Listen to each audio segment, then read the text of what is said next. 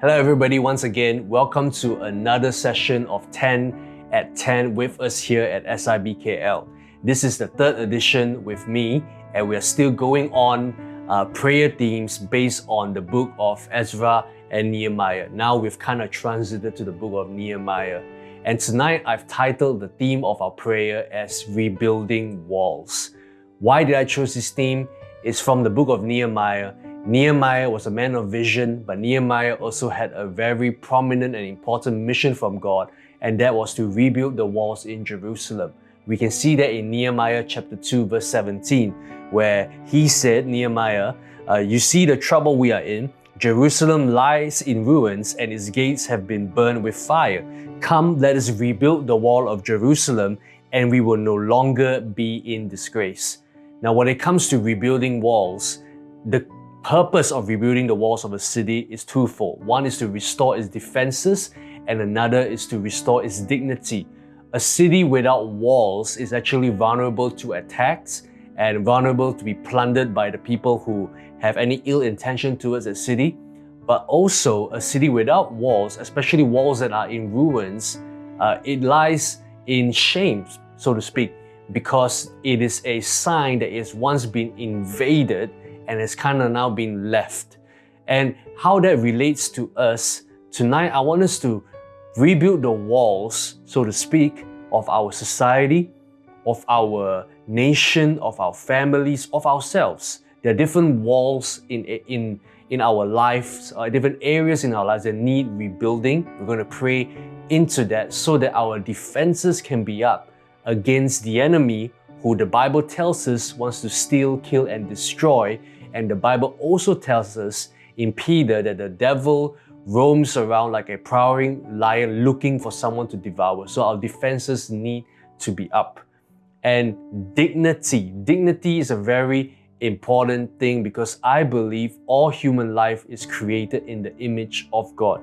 I believe the world is created by God. So therefore, if God's mark is upon it, God desires to have it, to have dignity. Dignity is not pride, by the way, but it's to have a certain confidence to know that it is of significance. And I want to pray that dignity will be restored to our children, to even our society, to our nation, and all these different things. Now, before we go into that, let's read a portion of scripture. If you have your Bibles, could you turn with me to Ephesians chapter 6, and we're going to read from verses 10 to 18. It says this: Finally, be strong in the Lord and in His mighty power.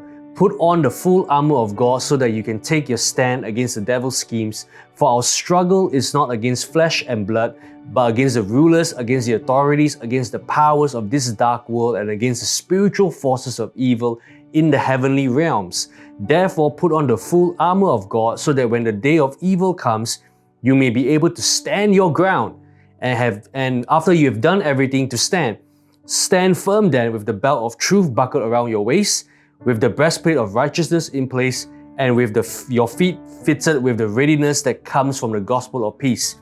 In addition to all this, take up the shield of faith, which you can extinguish all the flaming arrows of the evil one. Take the helmet of salvation and the sword of the Spirit, which is the word of God, and pray in the Spirit of all kinds, on all occasions, with all kinds of prayers and requests. So, with walls, 2 points. One is defense and one is dignity. On defense, what we're going to pray into is this: standing firm. Here in the scripture, it says stand firm in 2 verses. Verse 13 and 14, Ephesians 6, it says to stand firm 3 times. And why we need to stand firm, so this is an imagery of battle, an imagery of defense, wearing the armor, taking up the breastplate of righteousness, the shield of faith and all that. That is a defense against what the enemy wants to do. And when I say stand firm, one very important thing we need to do is taken from Galatians 6 verse 9. Let us not become weary in doing good, for at the proper time we will reap a harvest if we do not give up. We need to stand firm in our doing good for God. We need to stand firm in doing good to our families, to our spouses, to our children, even though they may not respond the way we want to. We need to do good even to our neighbors, to those in need, to our business partners, everything. We need to work according to God's ways, do things according to His ways. And when we stand firm on God's ways, we will see God's works through it. We will see God come true for us. So tonight we're going to pray that we will stand firm and not lose heart.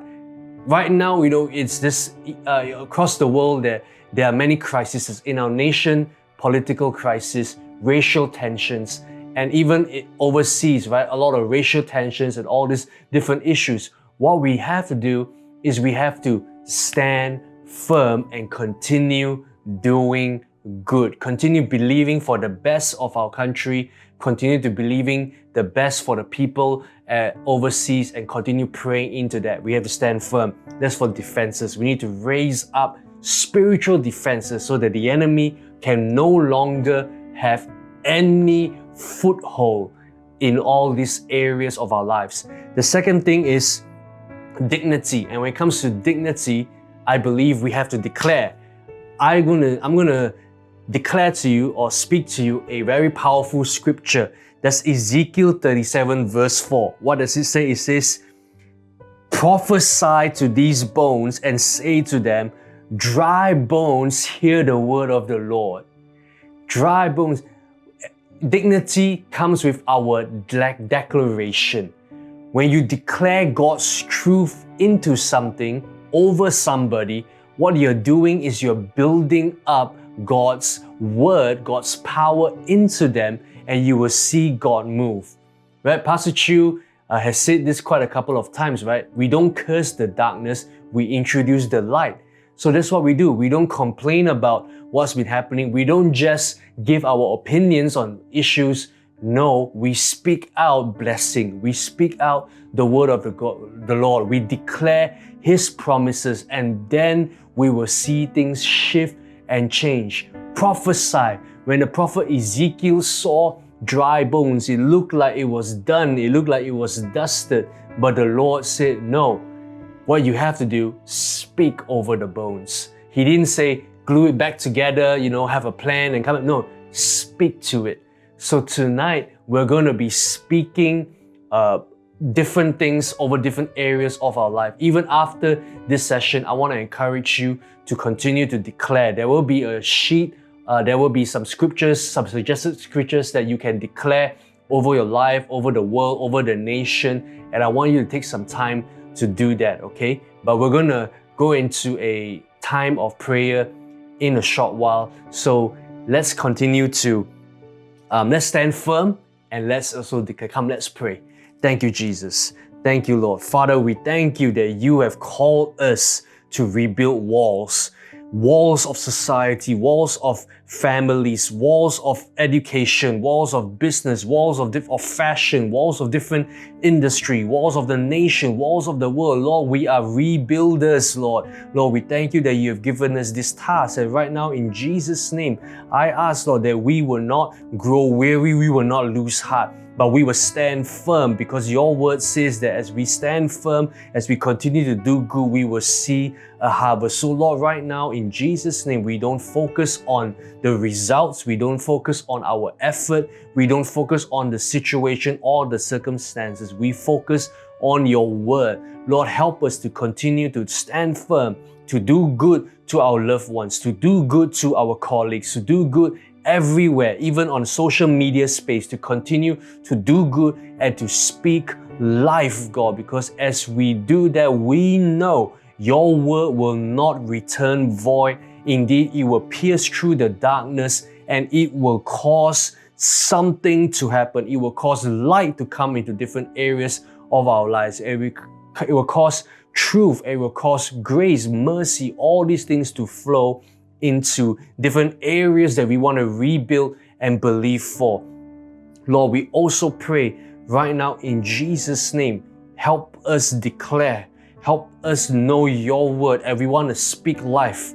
Come, my friends, I want to invite you to speak life over different areas right now. I want to speak life over your children. I want to speak life over your businesses. I want to speak life over your marriages. I want to speak life over the nation. I want to speak life where people have spoken death, where people have cursed certain things. Oh Lord, I speak your blessing over these things. Lord, where people have said that it is over, it is done, Lord, no, I declare now your resurrection power to come upon. Lord, I declare your blessing, your protection, your provision, your grace, your favor, your mercy on every single person watching this right now, on every single person listening in, on every single engaged in prayer. And Lord, lead us out to speak life continuously in our homes, in our churches, in our prayer meetings, in our services, in our cell meetings, in all that we do. Lord, we speak life. We declare the Lordship of Jesus Christ, and we declare your light and your love and your life to come upon all these areas. We thank you, Lord. We worship you. We glorify you. In Jesus' name we pray. Amen. Amen. Thank you for joining us for a time of prayer. There will be a summary after this in a short while. And if you feel led to, I want to continue. I want to ask you to continue to go into a mode of declaration. Start declaring different scripture over the different issues that are happening right now. At this point when this was recorded, COVID-19, the nation, the political scene, racial tensions, not just in our nation but in the world. Speak life over these things, and let's see the hand of the Lord begin to move and begin to shift things back into place. Amen. Amen. Thank you for joining us. God bless you, and we'll see you tomorrow night.